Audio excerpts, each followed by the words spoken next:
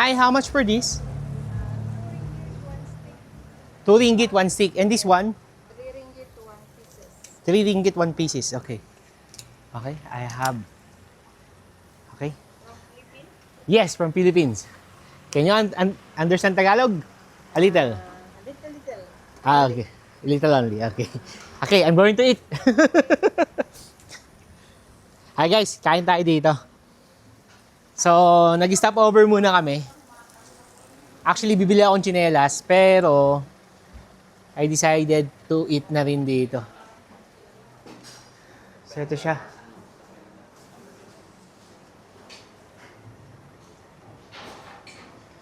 Okay. Ay nang bumaba ng asawa ko eh. Pero yun nga. So, para siyang... Ito, meron pa pala. May mga ganyan din sila.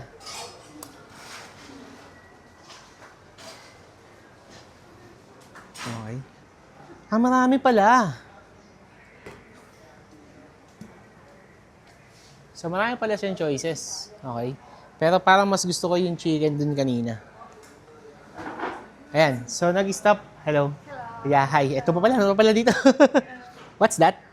This one is curries. This one is dim sum. This one is Dim sum. flavor tofu.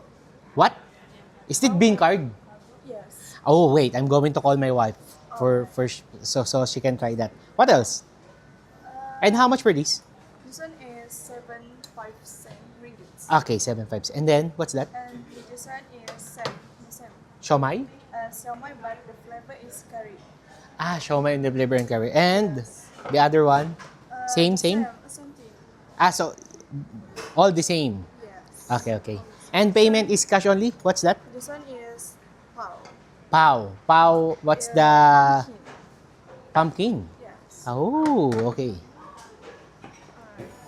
Yan guys, puntahan ko lang si She. Iniwan ko yung sa loob ng sasakyan eh. May bean card dito, sigurado magugustuhan niyo yun. Yun, sigurado kakain siya. Where can I park my car? Do you have a parking area here? Only there? Yes. Okay. Noted. Wait, I'll bring my car here. Ayan guys, kunin ko lang si Sam, lagay ko lang siya dito para makakain tayo. Okay, wait lang. Yan, hi guys. So, nandito tayo ngayon sa public market ng Kundasang. Nanguhula lang ako. Hindi ko alam kung nasaan ako. Pero sa may Jalan to eh, banda. Malapit siya sa may sa may pinuntahan namin kanina na alpaca. So, umorder ako nito. So, yellow rice. And then, yung common. Okay. So, atay ng manok. Ang sarap ng sauce. Tapos, chicken wings. And then, yung wife ko, naubos na niya yung bean curd. Actually, yun yung reason kaya kami napahinto dito. Because of the bean curd. Kasi yung bean curd niya, legit. Legit na yung bean curd. Ubus na. Yan, tingnan mo yung niya, drinks. Lemon tea. Sorry. In this hot chicken, you need pie together. If it is different. Okay, no problem. There. Yeah, I order it there. Yes. Okay. I already talked to the one who's cooking. Yeah. Yes. The chicken and the atay, right? The chicken.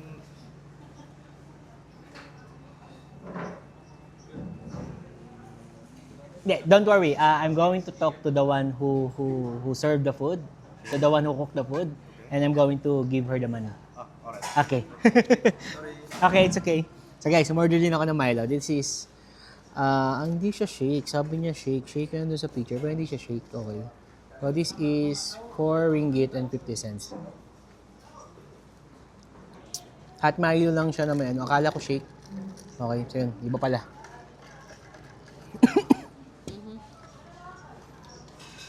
Higupin ba naman yung Milo, di ba? So ngayon, try natin to. Itong chicken wings niya.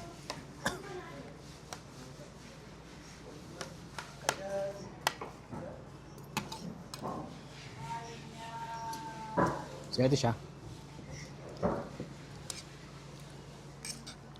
Sambal yata nilagay niya. Sarap.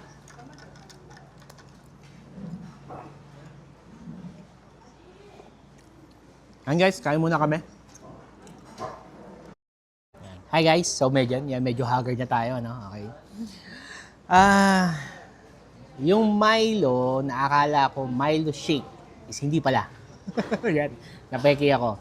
So this is 4 and 50 ringgit. Okay, 4 ringgit and 50 cents. Yan. So, yung total na kinain natin is 22 ringgit lang. Okay, so yan. So, sa pera natin, if I'm correct, wala pa siyang 250. Ayan. Yung bean curd na legit, magkano sa atin yun? Nasa 300 yata, no? Mura. Sure ka?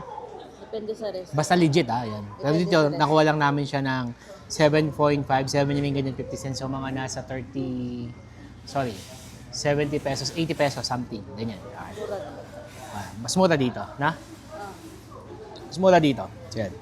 Pero yun nga, sa nakakita, kumain kami, nag-raise ako, 2 chicken, 1 atay, bean curd, das 2 drinks, 22 ringgit lang yung binayaran namin. Yun. So, regarding sa location nito, lalagay ko sa description below yung Google Map na ilalagay nyo para pagkagaling nyo ng Kinabalu Golf Club sa Alpaca, doon sa may Desa Farm, pwede kayo dito mag-lunch. Okay, kasi dito at least payapa, maayos naman yung parking, wala akong naging problema dito. Yun, so okay siya. Highly recommended. Yeah. So minsan try naman natin yung mga local food. Tama? Okay, sige, bye-bye! Yan, hi guys, yan. So hindi kami tumuli dun sa cafe kasi nabusog ako doon sa kinainan namin dito sa may Kundasang Market. So ngayon, dito na kami sa Ayana. Okay.